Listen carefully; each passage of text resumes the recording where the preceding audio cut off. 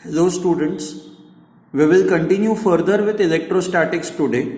So अब हम लोग नया कुछ नहीं करेंगे, okay, for in this lecture and probably in the next lecture. जो चीज़ें हम लोगों ने पढ़ी हुई है हम लोग उस पर और कुछ एग्जाम्पल्स करते हैं, ठीक है, ताकि आपको समझ में आ जाए कि चीज़ें अप्लाई कैसे करनी है. सो से फॉर एग्जाम्पल अब हमें ये फाइंड आउट करना है कि electric field due to hollow uniformly charged hemisphere. Okay, hollow है मतलब आप इमेजिन करो कि एक बाउल वाटी असते ना, बोल होता है घर पे, आप उसको उल्टा रख दो एंड उस पर चार्जेस डाल दो तो ऐसा ही कुछ आपको दिखेगा. एंड ये जो चार्जेस होंगे ये कहाँ पे होंगे, वो हेमिस्फीयर के सरफेस पे होंगे. So we have to find out electric field due to hollow uniformly charged hemisphere. Let the charge be Q and the radius of the hemisphere be R. Let's say this radius be equal to R. तो अब charge जो है वो surface पे distributed है, तो हमारे लिए सरफेस चार्ज डेंसिटी इंपॉर्टेंट है. सो सरफेस चार्ज डेंसिटी जो होती है that is equal to sigma, it is equal to the charge distributed that is Q divided by the total surface area of hemisphere. Hemisphere का surface area 2πr² होता है. Okay, अब आपको ये find out करना है कि ये जो सेंटर पॉइंट है यहां पे आपको इलेक्ट्रिक फील्ड फाइंड आउट करनी है. To find electric field at point C, ये आपको फाइंड आउट करना है. Now how will you do it? इसके लिए अब चार्जेस जो है, ये चार्जेस इस पॉइंट से वैसे तो देखने जाओ कि सब इक्वल डिस्टेंस पे ही है, क्योंकि ये हेमिस्फीयर है ना, तो हेमिस्फीयर के का हर एक पॉइंट सेंटर से इक्वल डिस्टेंस पे होगा. But the problem is of that of direction. यहां पे जो चार्जेस है उनके वजह से इलेक्ट्रिक फील्ड ये डायरेक्शन में होगी, यहां पे जो चार्जेस है उनके वजह से इलेक्ट्रिक फील्ड ये डायरेक्शन में होगी. ओके, एंड ये 2 डायमेंशनल नहीं है, 3 डायमेंशनल है, तो it becomes difficult to find out electric field by considering these point charges. Directly इनको ऐसे कंसिडर करना तो ये मुश्किल हो जाएगा. तो ऐसे केस में हम लोग क्या कर सकते हैं, हम लोगों ने देखो एक रिजल्ट यूज किया हुआ है, एक रिजल्ट डिराइव किया था. मान लो कि ये आपके पास रिंग है. Okay, let's say this is ring and eight a distance x, let's say the radius of the ring is small r. Okay, तो एट अ डिस्टेंस x अगर जो आपको इलेक्ट्रिक फील्ड फाइंड आउट करनी है तो electric field का direction हमें पता है, ये ऐसा होगा. एंड ये इलेक्ट्रिक फील्ड की वैल्यू कितनी होगी, यहाँ पे इलेक्ट्रिक फील्ड की value will be 1/4πε q into x divided by x² + r² raise to 3/2. ये हम लोगों ने डिराइव किया था. ये सेम लॉजिक हम लोग यहाँ पे यूज करेंगे. हम लोग ये जो हेमिस्फीयर है इस हेमिस्फीयर को छोटे छोटे रिंग्स में डिवाइड करता है. Okay, so let's consider a ring. Okay, let's consider this ring of the hemisphere. अभी आपको रिंग का बस ये आगे का पार्ट दिख रहा है, बट ये पीछे का भी पार्ट होगा. ओके, लेट्स से यहां से this ring is at a distance x from the centre. Okay, the thickness of the ring ये इतनी है. So if this angle is theta, let's say this angle is d theta, तो ये जो ring की thickness है वो आप लेंथ ऑफ द आर्क का कंसेप्ट यूज कर सकते हो. We know that the radius of the hemisphere is r, तो ये जो थिकनेस है this will become equal to r into d theta. This is the thickness of the ring. Okay, let's say the radius of the ring is small x. x नहीं, sorry, r, क्योंकि x हम लोग यहाँ पे use कर रहे हैं. so let's say the radius of the ring is small r.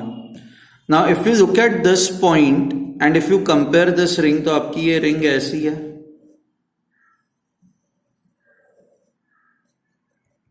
okay, the radius of the ring is r and ये जो पॉइंट C है ये इस रिंग के एक्सिस पे लाई कर रहा है एट अ डिस्टेंस x. तो हमें ये पता है कि इस रिंग के वजह से यहाँ पे जो इलेक्ट्रिक फील्ड होगी it will be in this direction. ये सेम लॉजिक मैं लगा रहा हूँ, इसको आप बस वर्टिकल कर दो तो आपका डायग्राम ऐसा बन जाएगा। तो आपकी इलेक्ट्रिक फील्ड ये डायरेक्शन में होगी, क्योंकि इस पे पॉजिटिव चार्ज है तो electric field will be away.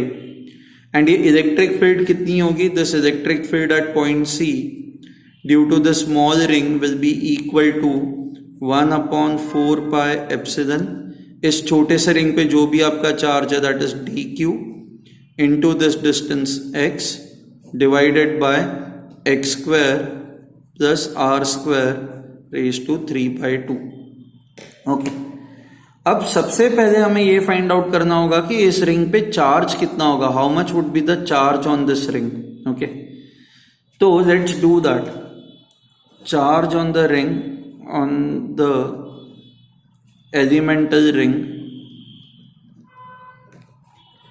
is equal to basically the area of this ring। इस रिंग का एरिया कितना होगा, circumference that is 2 pi r into thickness which is r into d theta into surface charge density that is sigma।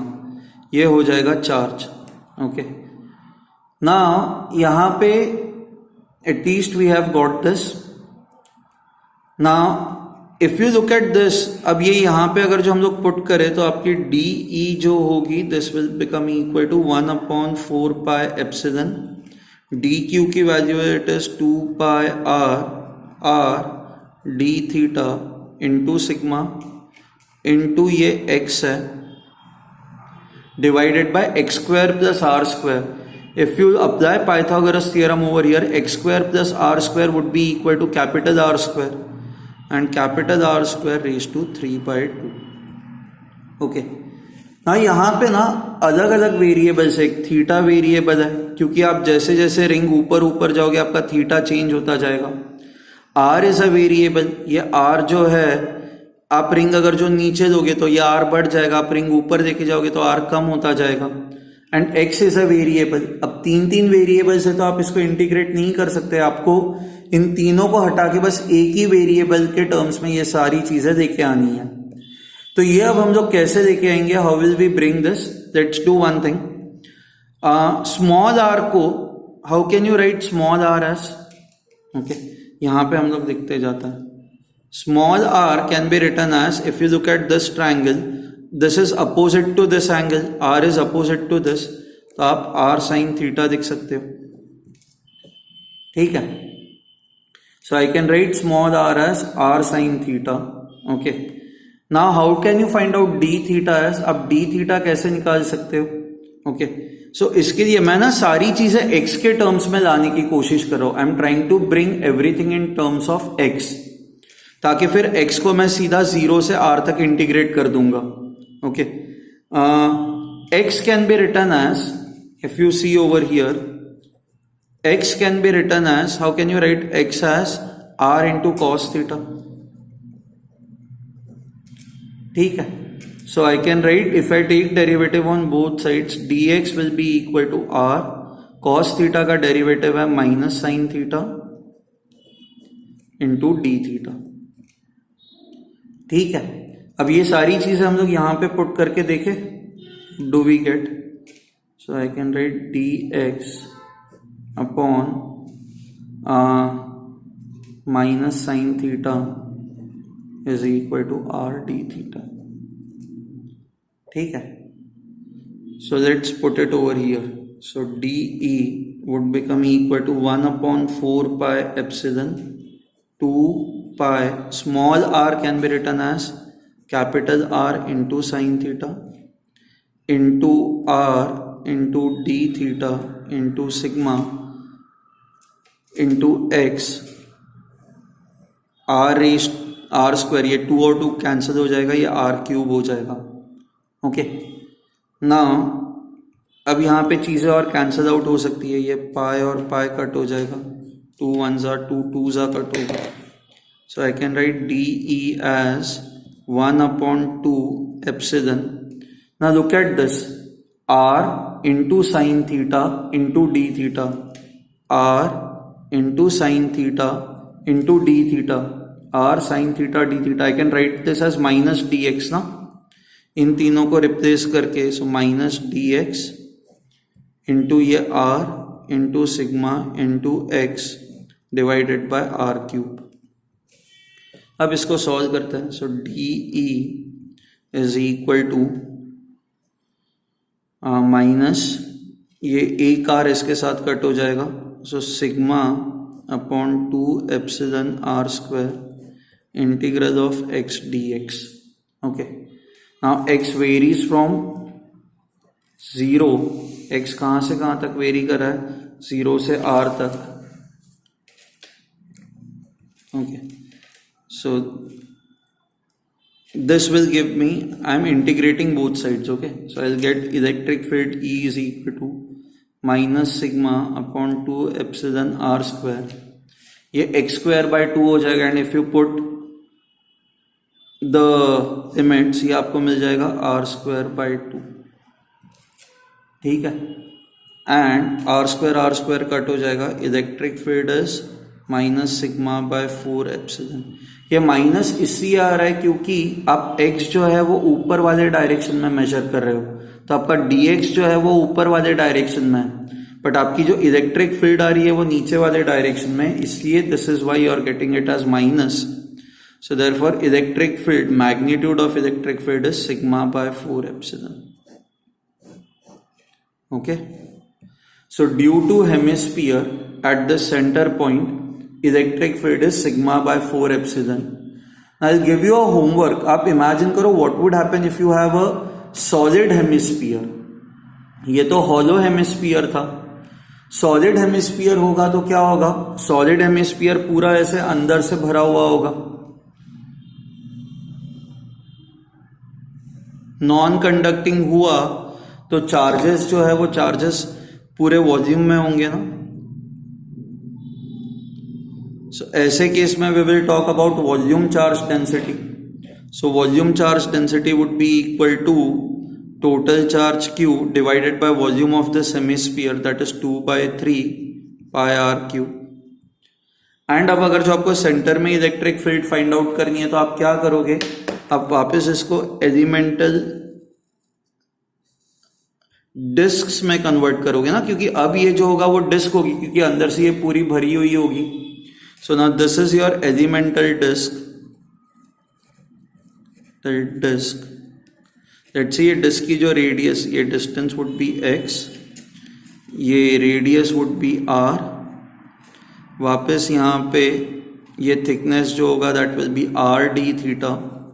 Okay, ये angle is theta, and जो चीजें हम लोगों ने डिस्क के लिए डिराइव की थी ना, this point will then be on the axis of the disc, and axis of the disc के लिए भी हम लोगों ने रिलेशनशिप डिराइव की है, तो वो आप अप्लाई करो and you can find out the electric field. I hope this is clear to you, इसमें अब आपको कोई डाउट नहीं है। Okay, fine.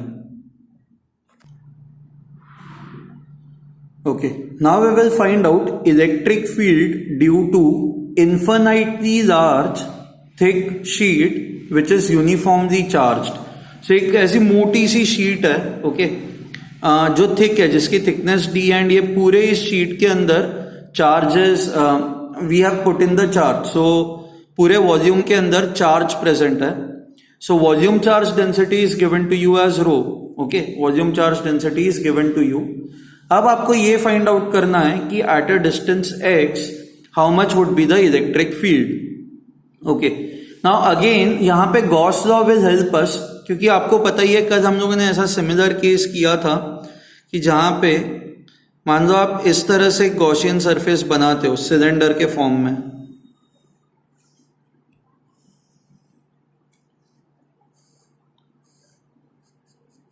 एंड जैसे ये डिस्टेंस x है and this distance is x। Okay, यहां पे हमें पता है इलेक्ट्रिक फील्ड का डायरेक्शन ऐसा होगा, एंड यहां पे इलेक्ट्रिक फील्ड का डायरेक्शन ऐसा होगा। नाउ एरिया वेक्टर का डायरेक्शन यहां पे ऐसा होगा, let me call it as delta s, and यहां पे भी एरिया वेक्टर का डायरेक्शन इसी डायरेक्शन में होगा। So delta s and electric field are in the same direction. Now यहाँ पे पॉइंट्स भी डिस्टेंस x पे, यहाँ पे पॉइंट्स भी डिस्टेंस x पे, तो दोनों जगह पे इलेक्ट्रिक फील्ड आपकी सेम होगी। दोनों जगह पे एरिया भी सेम है। मोरेवर यहाँ पे जो सारे पॉइंट्स है, इस पे आप सारे पॉइंट्स देखोगे तो इससे वो इक्वल डिस्टेंस पे है ना, तो इन सारे पॉइंट्स पे इलेक्ट्रिक फील्ड आपकी सेम ही होगी। Electric field is same at all this points, is same at all points. So now I know this कि यहाँ पे एरिया वेक्टर आपका आउटवर्ड्स है, इलेक्ट्रिक फील्ड भी आउटवर्ड्स है। इलेक्ट्रिक फील्ड यहाँ पे जितनी है उतनी ही इलेक्ट्रिक फील्ड यहाँ पे भी है, यहाँ पे भी एरिया वेक्टर आउटवर्ड्स है। तो जितनी फील्ड लाइंस यहाँ से निकलेंगी उतनी ही फील्ड लाइंस यहाँ से निकलेंगी। So if this is your surface 1, this is your surface 2, so I can say flux from 1 surface 1 is equal to flux from surface 2। अच्छा, सरफेस 3 आपका ये कर्व्ड सरफेस एरिया, यहाँ पे एरिया वेक्टर ऐसा होगा, area vector would be upwards. आपकी electric field ऐसी है, तो what would happen in this cases, area vector will be perpendicular to the electric field, तो flux through surface 3 would be equal to 0। तो आपका जो टोटल फ्लक्स होगा through this entire Gaussian surface, ये आपका गॉसियन सरफेस हो गया।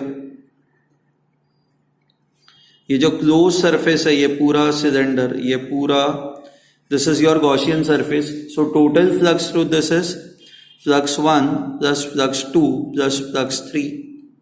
अच्छा, flux through 1 and 2 is equal and it would be how much, electric field भी ये डायरेक्शन में, अच्छा एरिया वेक्टर भी सेम डायरेक्शन में, एंड इन सारे पॉइंट्स पे इलेक्ट्रिक फील्ड कांस्टेंट है, तो आप E into delta S into cos theta, because both the vectors are in the same direction, cos theta will be equal to 1, तो ये E dot delta S हो जाएगा। तो this is E dot delta S plus E dot delta S plus 0, so this is E dot delta S। now Gauss law क्या कहता है, Gauss law ये कहता है कि total flux should be equal to charge enclosed divided by epsilon। total flux is equal to 2 times E into delta S, this is equal to charge enclosed। इस cylinder के अंदर जो चार्ज है वो यहीं पे है ना, इसी रीजन में ये चार्ज प्रेजेंट है। हाँ, ये चार्ज कितना होगा, यहाँ पे आपका ये जैसा एरिया है वैसा ही एरिया यहाँ पे भी होगा, ये circular. so you can see that this itself is like a cylinder whose area is delta S, cross section area is delta S, and the length of the cylinder is D, that is given to you। तो basically charge enclosed यहाँ पे कितना होगा, it is volume charge density multiplied by the volume of this part, that is cross section area multiplied by the length, that is D, okay, divided by epsilon. अब चीजें cut हो जाएंगी, delta S cut हो जाएगा, तो ये जो electric field है that is equal to rho D by 2 epsilon. This is the magnitude of electric field, okay, outside the sheet.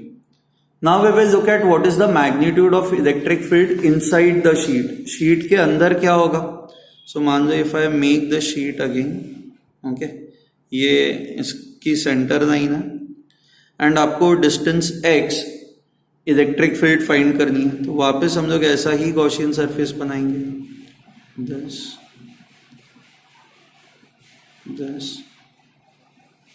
Okay, ये डिस्टेंस x है, तो even this would be equal to x, okay.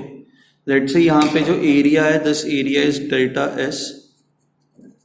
अब by the same logic flux यहाँ से पास होगा, flux यहाँ से पास होगा, बट कर्व्ड सरफेस से जो आपका फ्लक्स होगा दैट वुड बी 0। मोरेवर यहाँ पे, यहाँ से और यहाँ से same amount of flux pass होगा ना, तो आई can right total flux is equal to flux through 1 plus flux through 2 plus flux through 3। flux through 1 is E into delta S, flux through surface 2, this is surface 1, this is surface 2, and ये curved surface है, that is surface 3, E into delta S plus flux through surface 3, that is equal to 0, Okay, so this becomes equal to 2 times E into delta S. I hope this is clear to you. Now Gauss law क्या कहता है? It is equal to charge enclosed upon epsilon. So 2E into delta S. Charge enclosed would be equal to volume charge density multiplied by the volume of this part. इस part का volume क्या होगा? Cross section area, that is delta S, multiplied by the length of this cylinder. Length of the cylinder is 2 times x. So 2x divided by 2 epsilon. Okay. Now अब चीजें नहीं, 2 epsilon नहीं है, sorry, ये बस epsilon होगा. I made a mistake.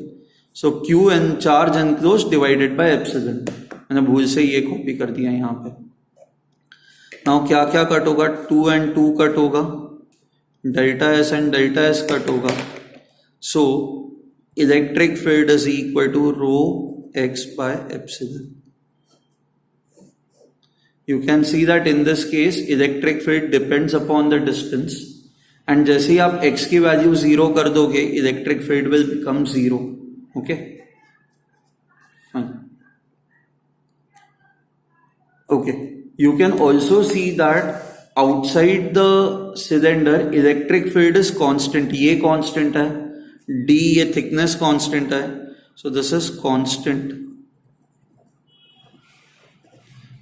That is, it is independent of distance.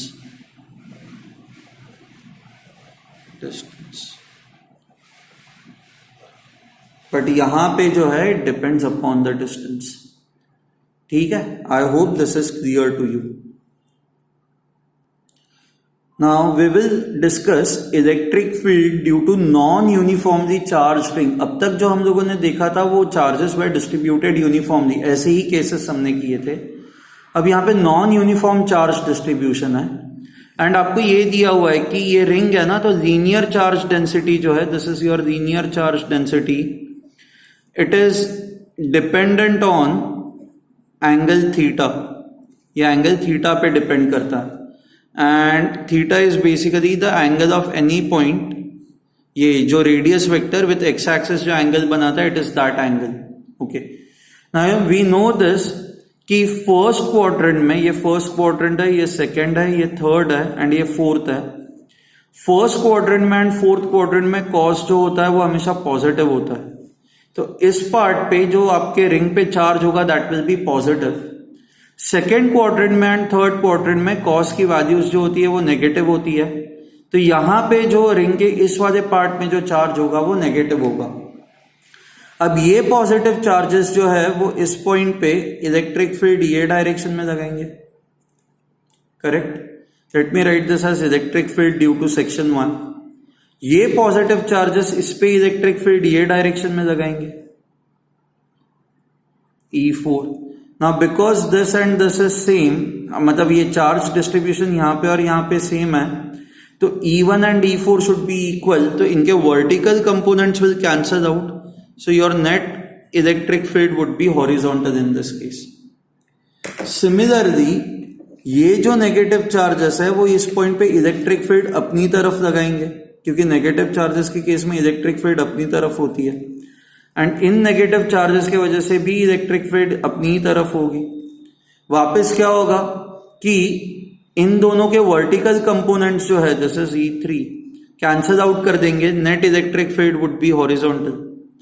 And by symmetry I can say this, जितनी इसके वजह से फील्ड होगी उतनी ही इसके वजह से फील्ड होगी.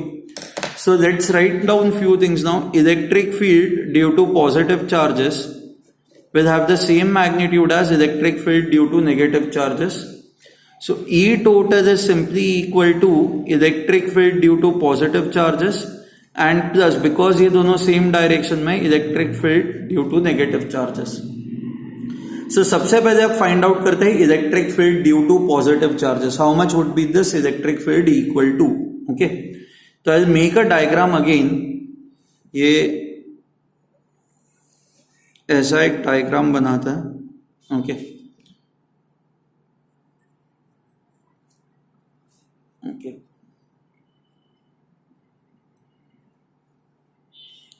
सो at an angle theta, let's consider a small element. This angle is d theta. Okay, इसकी जो लेंथ होगी that will be equal to r into d theta. This will behave like a point charge. तो यहाँ पे electric field कितनी produce करेगा?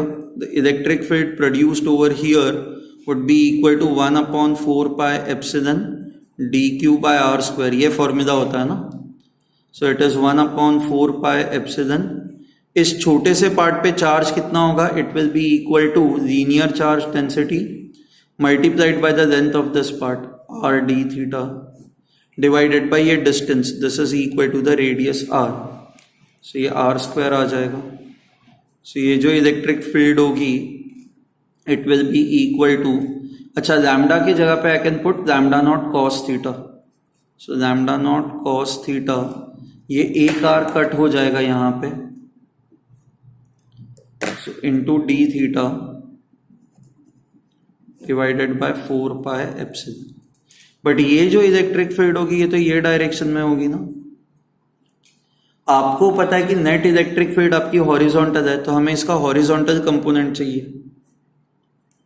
सो ये theta है तो ये भी थीटा होगा. Horizontal component will be d e cos theta. So my total electric field due to these positive charges, ये पॉजिटिव चार्जेस के वजह से टोटल इलेक्ट्रिक फील्ड जो होगी वो कैसे निकालोगे आप? E plus would be equal to integral of dE cos theta. So this is equal to integral of dE की वैल्यू है lambda naught cos theta d theta 4 pi epsilon into cos theta, where theta varies from, हमें यहाँ से यहाँ तक निकालना है. So theta varies from plus 90 degrees to minus 90 degrees. Plus 90 degrees initially to minus 90 degrees. ठीक है. Okay. Now this becomes equal to क्या क्या कांस्टेंट है? lambda naught upon 4 pi epsilon integral of plus 90 degrees to minus 90 degrees. cos theta का जो integral होता है that is cos square theta है. अब cos स्क्वायर थीटा का आप डायरेक्टली इंटीग्रल नहीं निकाल सकते, आपको इसको लिखना पड़ेगा 1 plus cos 2 theta by 2.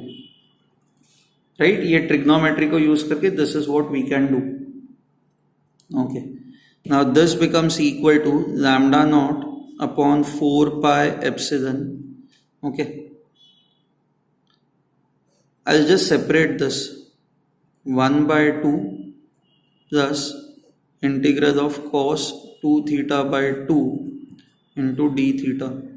So this is 90 degrees to minus 90 degrees. Okay. And यहाँ पे मुझे प्लस पाई बाय 2 से माइनस पाई बाय 2, मतलब क्योंकि यहाँ पे 90 डिग्रीज नहीं चलता ना, ऐसा यूनिट तो रेडियंस होता है. So I'll have to write this as plus pi by 2 to minus pi by 2. ठीक है. Now this would become equal to lambda naught upon 4 pi epsilon. 1 by 2 बाहर निकलेगा. Integral of 1 will be theta from plus pi by 2 to minus pi by 2. And यहाँ पे 1 by 2 बाहर निकलेगा. cos 2 थीटा का इंटीग्रल होगा sin 2 theta by 2. This would be your integral.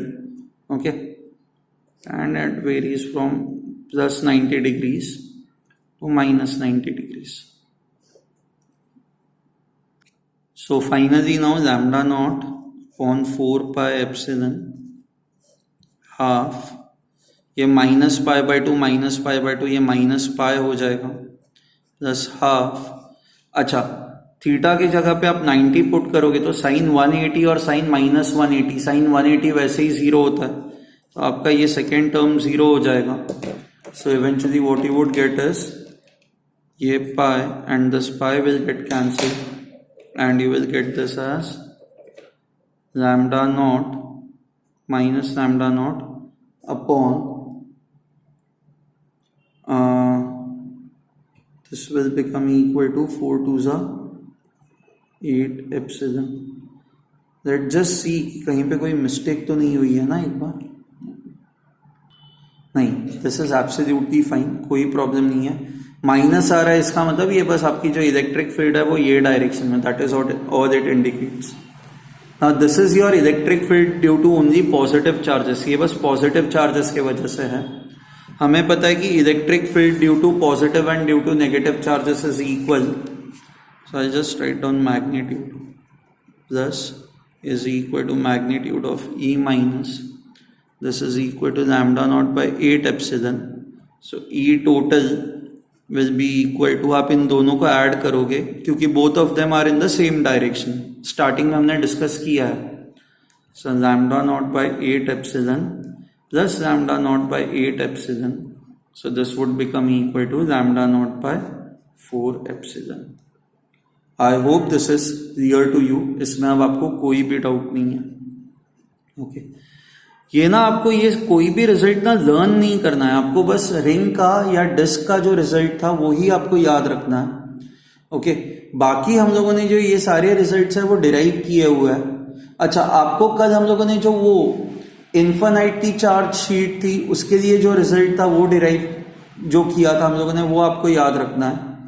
बाकी अदरवाइज अगर जो आप फटाफट ये डिराइव कर पाओ, या आपको बस एक मेथड पता होनी चाहिए कि ये सारे रिजल्ट्स आते कैसे और कहाँ से है, ठीक है। We have covered lots of things based on Gauss law and based on electric field. I hope you have understood this. Now आज और कल में मैं आपको चीजें भेजूंगा, I send you few assignments, few solved examples, please go through them. Okay उनको समझने की कोशिश करो, वो बहुत सारी चीजें आपकी क्लियर कर देंगे, ठीक है। Thank you.